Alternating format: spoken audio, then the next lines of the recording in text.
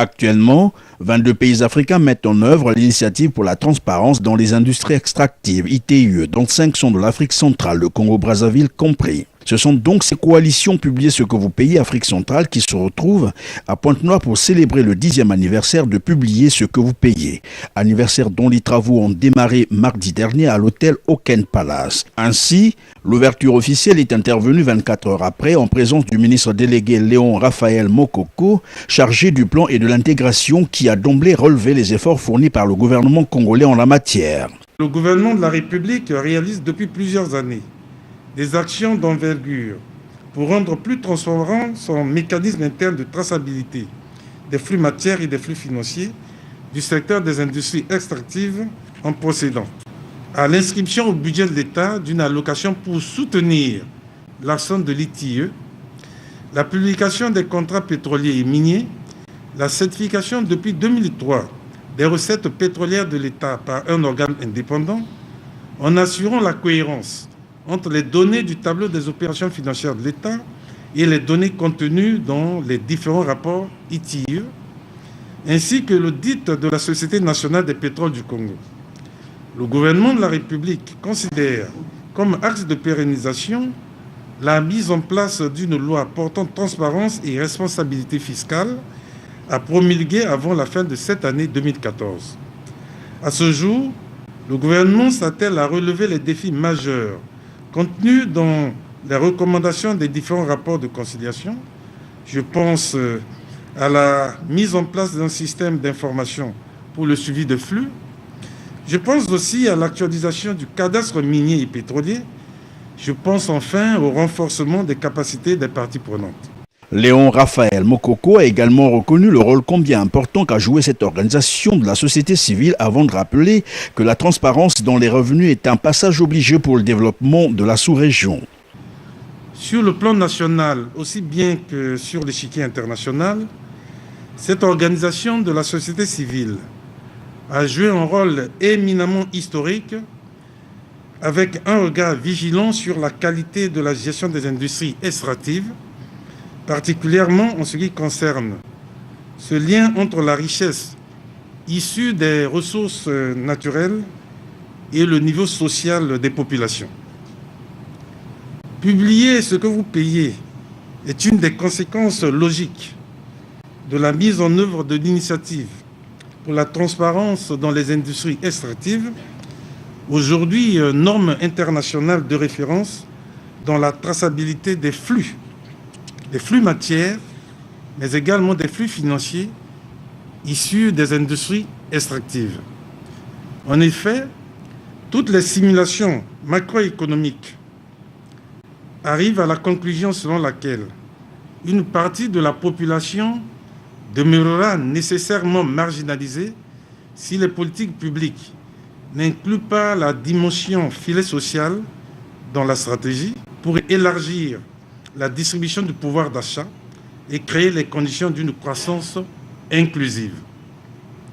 C'est la tâche à laquelle le gouvernement s'est attelé à accomplir. Il offre là une occasion rêvée d'élargir la classe moyenne en faisant passer au-dessus de la ligne des dizaines de milliers de Congolais qui accéderont au pouvoir d'achat.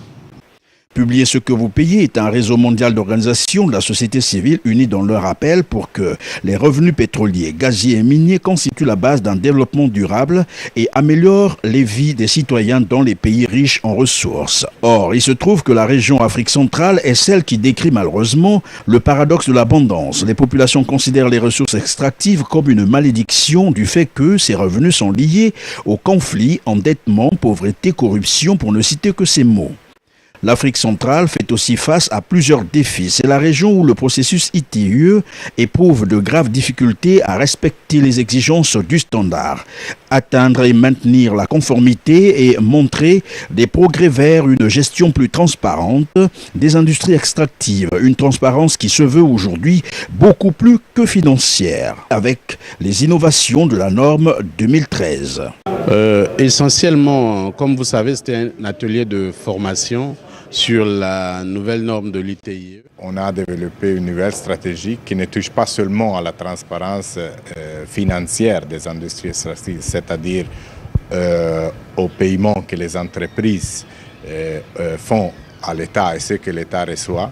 Mais en effet, c'est un concept de transparence beaucoup plus élargi et plus profond, d'accès à l'information, participation citoyenne dans toutes les étapes de la chaîne de valeur des industries extractives. C'est-à-dire à partir de connaître quelles sont nos ressources naturelles desquelles un pays dispose, connaître bien le cadre légal, connaître bien qui décide d'extraire ou d'exploiter une ressource ou pas, sur quelle base, quel type d'analyse coût-bénéfice on peut faire et qui sont les parties prenantes qui doivent participer dans cette décision.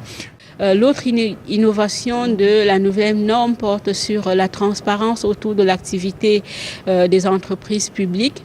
Que ce soit lorsqu'elles représentent les intérêts de l'État ou lorsqu'elles opèrent comme entreprises commerciales.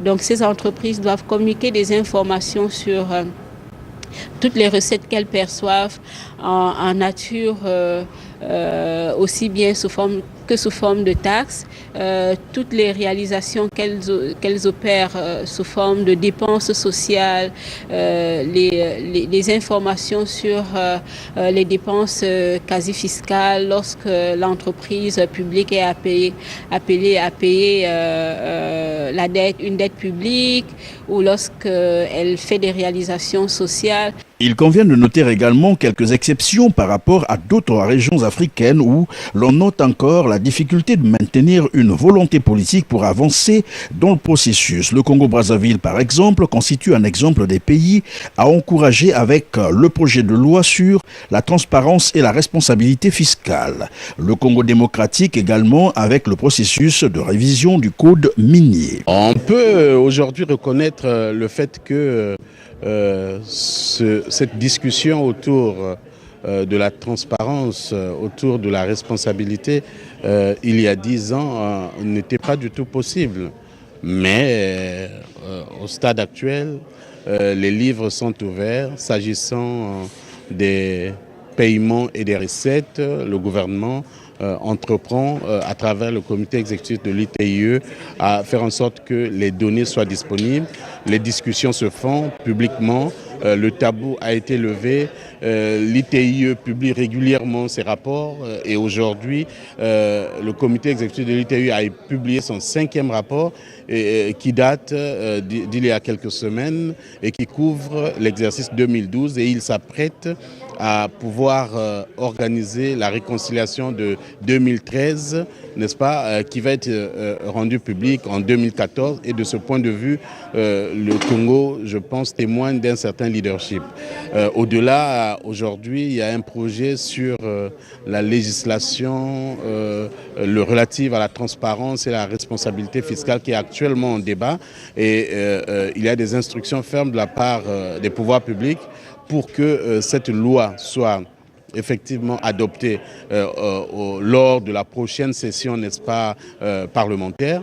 Nous avons bon espoir que les priorités que nous voulons voir intégrées dans cette loi soient prises en compte, n'est-ce pas, dans le projet qui est actuellement en train de circuler.